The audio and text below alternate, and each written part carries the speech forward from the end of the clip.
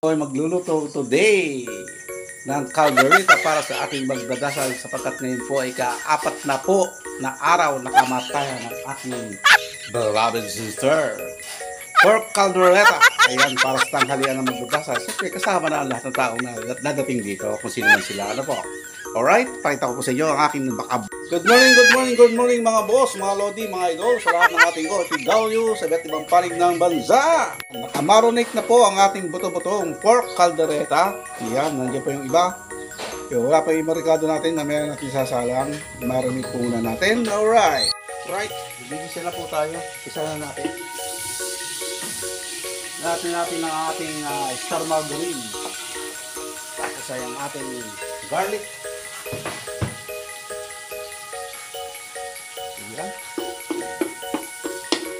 5 kilos na pork ang ating gagawin caldereta. Pinoy style. Lutong probinsya. Lahat na natin sa sibuyas. Ano yung mga boss?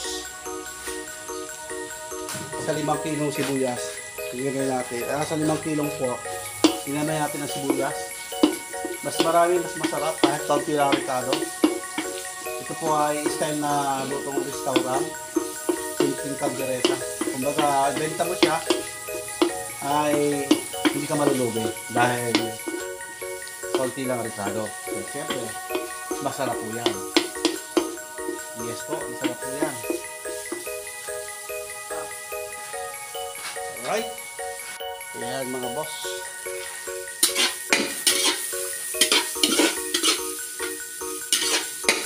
Bango.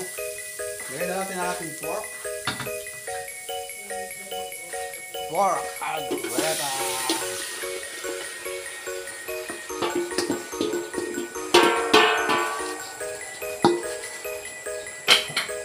Yeah.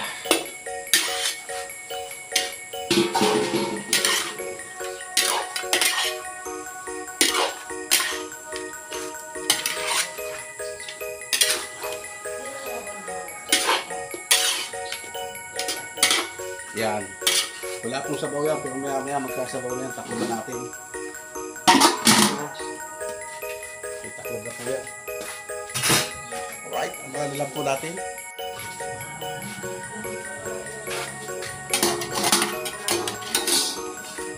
Wow!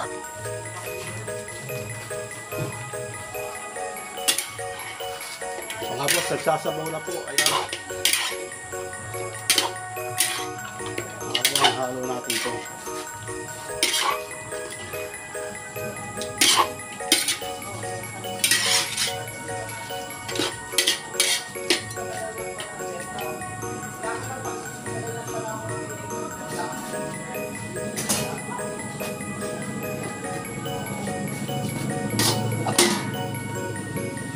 Mga lods, mga boss, luto na ating caldereta. So hindi ko na nabidyohan kanina.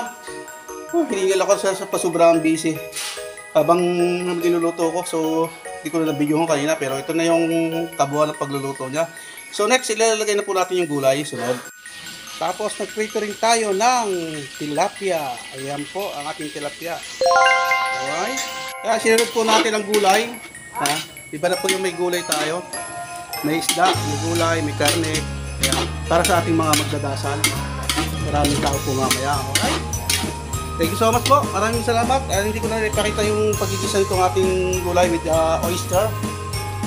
Ayan po. Sarasaring gulay, pero ang nilagay natin ay hindi bagoong, kundi oyster na iba naman. Alright. Hanggang dito na lang po. Maraming salamat sa inyo lahat. Hanggang sa muli. Bye-bye.